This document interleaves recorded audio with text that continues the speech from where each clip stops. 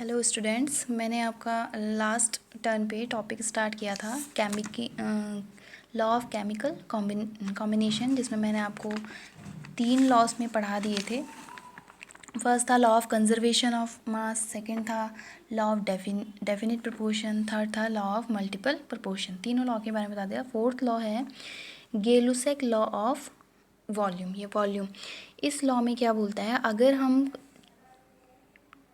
Volume को constant कर दें, मतलब उसको एक स्टेबल में रख दें, उसका कांस्टेंट क्या कर दें, वॉल्यूम को कांस्टेंट कर दें, तो pressure is directly proportional to temperature. Pressure जो है वो टेम्परेचर के इक्वल्स टू हो जाएगा। तो गै-लुसेक बोलता है अगर इन सब को कांस्टेंट कर दिया जाए, इन वैल्यू की एक कंटेनर में अलग अलग वैल्यू को सेम कर दिया जाए, तो नंबर ऑफ जो मॉलिक्यूल्स हैं वो भी सेम हो जाते हैं। तो वही लिखा है, the law was given by Gay-Lussac. Gay-Lussac ने 1808 में ये लॉ दिया था। ये observe that when gases combine और are produced in chemical reaction, अगर गैस को कंबाइन किया जाता है या फिर केमिकल रिएक्शन वो करती हैं, they do so in a simple ratio, अगर वो सिंपल रेशियो में कंबाइन करी हैं by volume, provided all gases are at the same temperature and pressure। Temperature and जो प्रेशर की कंडीशन है वो सेम कर दी जाती है, और वॉल्यूम भी। तो example 100 ml of H2 combine, ये जो 100 ml H2 है वो O2 के 50 ml के साथ कंबाइंड होकर 100 ml ऑफ H2O ही बनाता है। तो वो क्या बोल रहे हैं कि मॉलिक्यूल, नंबर ऑफ मॉलिक्यूल क्या हो जाते हैं, सेम हो जाते हैं at constant temperature, pressure and volume. The volume of H2 and O2 which combine bears a simple ratio. Simple ratio बनाना है 2:1 का रेशियो। 100 को जब हम 50 से पूरा डिवाइड करेंगे तो यहाँ पे 50 2 जा 100 और यहाँ 1 आएगा, 50 बन जाए, तो 2:1 के रेशियो में। ऐसे ही H2 और Cl2 को हम दिखाएं तो 1:1 वॉल्यूम इज़ 2 कन्वर्टेड, तो रेशियो क्या हो गया, 1:2 का रेशियो। N2 और 3H2 का भी ऐसे ही दिखाएं तो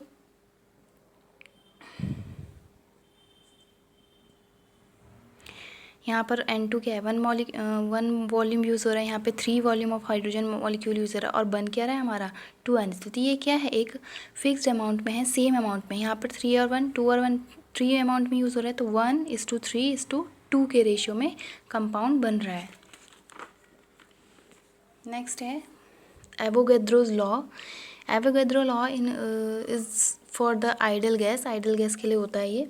Avogadro propose that equal volume of all gases, अगर हम सारी गैसेस का एक जैसा अमाउंट ले लें, एक जैसा वॉल्यूम ले लें, at the same temperature and pressure, दोनों कंडीशन क्या कर दें, सर टेम्परेचर प्रेशर की सेम कर दें, तो contain equal number of molecule, वो नंबर ऑफ मॉलिक्यूल सेम हो जाते हैं। और पीछे क्या था, वो प्रोपोर्शन में होते हैं, इतना डिफरेंस है। Avogadro made a distinguish between atoms and molecules, atom and molecules के बीच में उन्होंने डिस्टिंग्विश किया, which is quite understandable is present times. तो Avogadro law is at constant temperature and pressure, V is directly proportional to N। पीछे क्या था, volume constant था, जो हमारा गै-लुसेक का था वॉल्यूम कांस्टेंट था, यहाँ पर कांस्टेंट टेम्परेचर और प्रेशर, तो V volume is proportional to number of molecules या नंबर ऑफ एटम्स। तो प्रोपोर्शनल का साइन हटाएंगे, V is equals to KN। यहाँ पे एक एग्जांपल लिया वाटर मॉलिक्यूल का H2O2 and 2। तो यहाँ पर हमारा क्या कर रहे हैं, नंबर ऑफ मॉलिक्यूल सेम बन रहे हैं, जितने हम गैस मॉलिक्यूल ले रहे हैं, 2 ले रहे हैं H2 और O2 के, तो यहाँ पर हमारे वाटर मॉलिक्यूल भी 2 ही बन रहे हैं। नेक्स्ट है इसका डाल्टन एटॉमिक थ्योरी। ये लॉ नहीं है, एक अलग टॉपिक है। Dalton atomic theory it is ये डाल्टन 1808 में, ये डाल्टन एक साइंटिस्ट थे, उन्होंने दिया था ये। We also know that the matter is composed of small individual particles, छोटे छोटे पार्टिकल से मिलकर मैटर हमारा बना होता है। तो इसमें इन्होंने पार्टिकल के बारे में ही एक थ्योरी दी, जो कि मैटर क्या है, मैटर किन किन पार्टिकल से बनकर बनता है, इन सब के बारे में। Matter consist of individual atom, matter में बहुत सारे क्या होते हैं, एटम्स होते हैं, इंडिविजुअल अलग अलग, उनसे मिलकर मैटर बनता है। Second, all atoms of a given element have identical property, हर एटम की एक अपनी अपनी आइडेंटिकल प्रॉपर्टी होगी, इंक्लूडिंग आइडेंटिकल मास, उसका कुछ मास होगा। Atom of different element differ in mass, और एटम के जो मास होंगे वो भी क्या होंगे, डिफर करेंगे एक दूसरे से। थर्ड है compound are formed when atom of different element, जब डिफरेंट डिफरेंट एलिमेंट होंगे तो कंपाउंड भी डिफरेंट ही फॉर्म्ड होंगे, combined to in a fixed ratio, जो मैंने पीछे लॉज बताई हैं उनके रेशियो में वो कंबाइंड होके डिफरेंट डिफरेंट कंपाउंड फॉर्म करते हैं। फोर्थ है chemical reaction involve recognition of atom, these are neither created nor destroyed in a chemical reaction. जो हमारा फर्स्ट लॉ क्या कहता है, कंजर्वेशन ऑफ मास, ना ही क्रिएट किया जा सकता है ना ही डिस्ट्रॉय किया जा सकता है। This is the reorganization of the atom. Reorganization होता है reactant in the product. Next है एटॉमिक मास। एटॉमिक मास आपने 10th में भी पढ़ा होगा। The atomic mass of an element is the number of time of an atom. The atomic mass of an element, किसी भी एलिमेंट का जो एटॉमिक मास होता है वो number of times of an atom of that element is heavier than an atom of carbon taken. इसको हम carbon 12 के रेफरेंस में निकालते हैं किसी भी एलिमेंट के एटॉमिक मास को। It may be noted that the atomic mass are obtained above are relative atomic mass and not is actual mass. वो actual mass of the atom नहीं होता। For the atomic mass unit is equal to 1/12, यानी कि उसकी 1/12 that of the mass उसका value होती है। यानी कि कार्बन 12 के, कार्बन का जो होता है वो कार्बन 12 को स्टैंडर्ड माना जाता है। तो on an atom carbon 12 is the isotope. इसके 3 आइसोटॉप होते हैं कार्बन के, 12, 13 एंड 14। तो 1 AMU यानी कि atomic mass in unit, atomic mass unit की वैल्यू जो होती है 1.66056 into 10⁻24 gram. Mass of an atom of hydrogen, एक हाइड्रोजन एटम का जो मास होता है वो होता है 1.6736 into 10⁻20 - 24। AMU in terms of AMU mass of the hydrogen, AMU में अगर हमें निकालना है एटॉमिक मास यूनिट में, हम अगर इसका निकालेंगे हम मास, तो 1.6 जो इसका एटम का जो हमारा मास है उसको हम डिवाइड करेंगे 1 AMU यूनिट से। 1 AMU यूनिट क्या होती है 1.66056 इंटू 10⁻⁻4। जब हम इससे इसको डिवाइड करेंगे तो वैल्यू आएगी 1.0078 AMU यूनिट। तो जो रियल में हमारा हाइड्रोजन का जो एटॉमिक मास होता है वो होता है 1। तो ये 1.0078 ये अप्रॉक्सीमेट माना जाता है। तो इसे हम इसके क्या लेते हैं, हाइड्रोजन का 1 लेते हैं। ऐसे ही ऑक्सीजन का क्या होता है 16 होता है, नाइट्रोजन का 14 होता है। इसी तरीके से एवरेज, नेक्स्ट है average atomic mass. Many naturally occurring elements exist as more than 1 isotope. बहुत सारे ऐसे एलिमेंट्स हैं जो अपने एक से ज़्यादा आइसोटोप में देखे जाते हैं, एग्जिस्ट करते हैं। When we take into account the existence of these isotope, अगर हम इनको देखें आइसोटोप्स को, दैन रिलेटिवली अबंडेंस, इनकी क्या होती है एक अलग अलग अबंडेंस है, इनके पाए जाने की जो अकरेंस है वो डिफरेंट है। The average atomic mass of that element can be computed. तो हम इसमें जो एटॉमिक मास है, अलग अलग आइसोटोप मिल रहे हैं तो हम उनके जो मास अलग अलग होंगे उनका एवरेज मास उसका कंसीडर करते हैं। जैसे कि देखिए आप, carbon has the following 3 isotope. Carbon के 3 आइसोटोप होते हैं विद रिलेटिव मास, तीनों के अलग अलग हल्का हल्का डिफरेंस है उनके मास में। तो कार्बन 12 का जो अबंडेंस है यानी कि वो कितनी % में मिलता है, यहाँ पे देखिए 98.892% वो मिलता है और उसका एटॉमिक मास होता है 12। और कार्बन 13 का 1.108% मिलता है तो उसका एटॉमिक मास है 13.00335। कार्बन 14 जो है उसकी अबंडेंस है 2 इंटू 10⁻⁻10 और एटॉमिक मास है इसका 14.00317। जब हम इसका एवरेज एटॉमिक मास निकालेंगे तो एवरेज एटॉमिक मास में of the carbon will come out to be 0. जो हमें कार्बन 12 की वैल्यूज़ दे रखी हैं उसको उसके एटॉमिक मास से मल्टीप्लाई देन ऐड करते जाएंगे।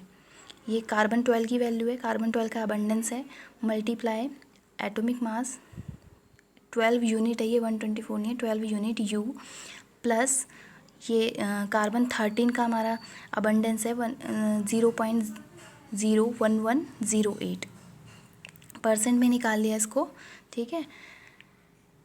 और इसका 13.003 था जो एटॉमिक मास था कार्बन 13 का। हमने इसकी परसेंटेज में लिखा है, आप कंफ्यूज मत होना, 10 इंटू 10⁻⁻12 लिख दिया, वहाँ पर 10 थी, परसेंट में लिखनी है वैल्यू। तो उसको अबंडेंस को उसके एटॉमिक मास से मल्टीप्लाई करके जो ऐड करके जो वैल्यू आएगी, this is the average atomic mass. Molecular mass, molecular mass is the sum of the atomic mass. जो भी एटॉमिक मास निकालते हैं हम उसका जैसे कि H2O मॉलिक्यूल है, उसमें 2 हमारे एटम हो गए, हाइड्रोजन और ऑक्सीजन। तो हाइड्रोजन और ऑक्सीजन की एटॉमिक मास दोनों को ऐड करके जो आएगा वो molecular mass of the water molecule होगा। तो molecular mass is the sum of atomic mass of the element present in the molecule. It is obtained by multiplying the atomic, जितने atom present होंगे उसको उसके एलिमेंट के atomic मास से multiply कर देते हैं, then adding the together, add कर देते हैं। जैसे कि आप देखिए molecular mass of methane, methane का फॉर्मूला होता है CH4। तो उस कार्बन का जो एटॉमिक मास है CH4, मीथेन का फार्मूला होता है मॉलिक्यूलर फार्मूला। CH4 में मॉलिक्यूलर मास निकालना है इसका, तो कार्बन का atomic mass of carbon is 12 और हाइड्रोजन का एटॉमिक मास, हाइड्रोजन का कितना होता है 1। तो हम जब इसका एटॉमिक मास निकालेंगे अलग अलग, कार्बन का हो गया 12, 1 ही है कार्बन तो 12 1 जा 12 ही होगा, प्लस हाइड्रोजन कितने हैं 4 है और उसका एटॉमिक मास होता है 1, तो 4 1 जा 4।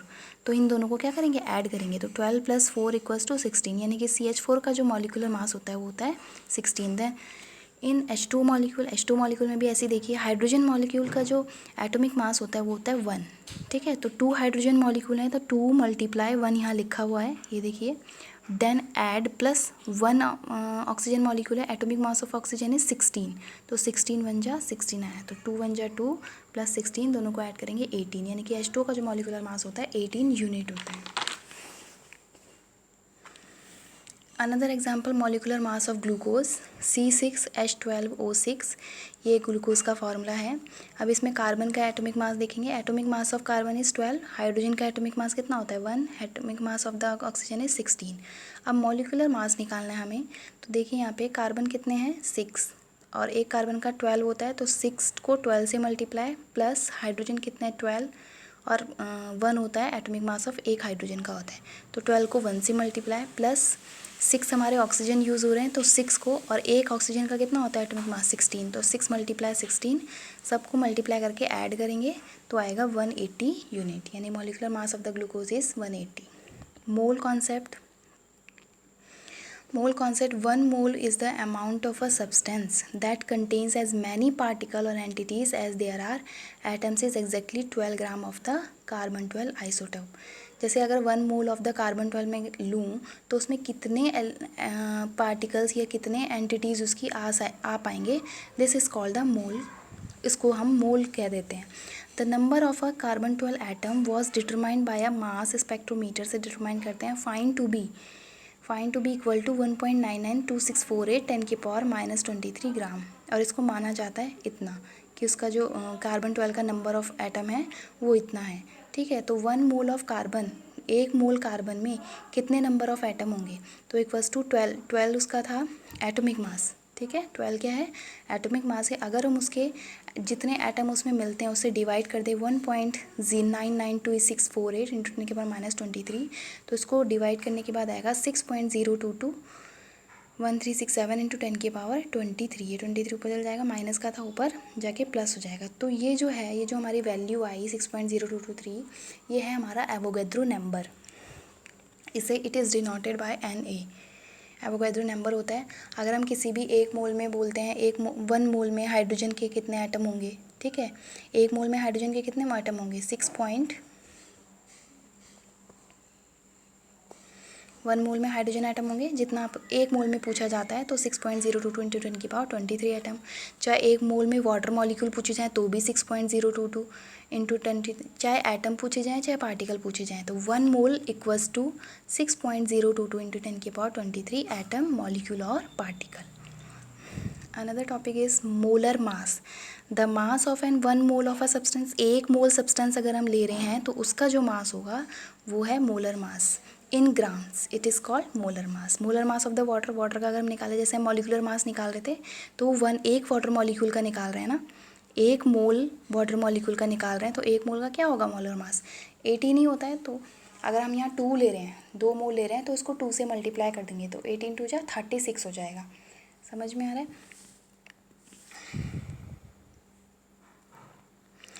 Then molar mass of NaCl, ये 1 मोल का है, NaCl 1 मोल का है, तो Na का होता है 23, मास प्लस Cl का होता है 35.5, दोनों को ऐड करेंगे 58.5।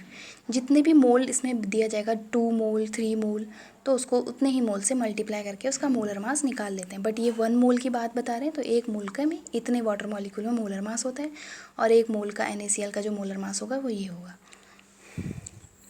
Next is percentage composition. Percentage composition gives the information regarding the percentage of particular element present in compound is required. Percentage composition क्या होगा कि किसी भी कंपाउंड में कौन से एलिमेंट की कितनी कितनी परसेंटेज प्रेजेंट है, उसके बारे में परसेंटेज कॉम्पोजिशन बताता है। इसे निकालते कैसे हैं? Suppose in water H2 water molecule है, इसमें हाइड्रोजन कितना कितना परसेंट है और ऑक्सीजन की कितनी परसेंट है, वो कैसे पता लगाएं? तो वो मास परसेंटेज निकाली जाती है। मास परसेंटेज ऑफ एलिमेंट, जिस एलिमेंट की निकालते हैं इसका फॉर्मूला होता है mass percentage of element equals to mass of that element, जिस एलिमेंट का निकाल रहे हैं उससे ऊपर उसका mass upon molar mass of the compound, total compound का मास मल्टीप्लाई परसेंटेज है तो 100। मोलर मास ऑफ वाटर देखिए यहाँ पे, वाटर का मोलर मास कितना होता है 18, और मोलर परसेंटेज हाइड्रोजन का निकाल रहे हैं, तो हाइड्रोजन यहाँ पे 2 हैं, 2 हाइड्रोजन है, तो यहाँ पे 2 को 1 से मल्टीप्लाई करेंगे 2 upon molar mass of this compound, पूरे कंपाउंड का मोलर मास कितना है वाटर का 18, तो 2 अपॉन 18 मल्टीप्लाई 100, सॉल्व करने के बाद इतना आएगा। तो इतनी परसेंट जो हाइड्रोजन है वो वाटर में प्रेजेंट है। ऐसी मास परसेंटेज ऑफ ऑक्सीजन, ऑक्सीजन का एक ऑक्सीजन का होता है 16 अपॉन कंपाउंड का यानी कि वाटर का कितना है 18, तो मल्टीप्लाई 100, तो 88.79% जो है ऑक्सीजन हमारी वाटर में प्रेजेंट है। इसके आगे के नेक्स्ट लेक्चर में लूँगी मैं टॉपिक। So thank you.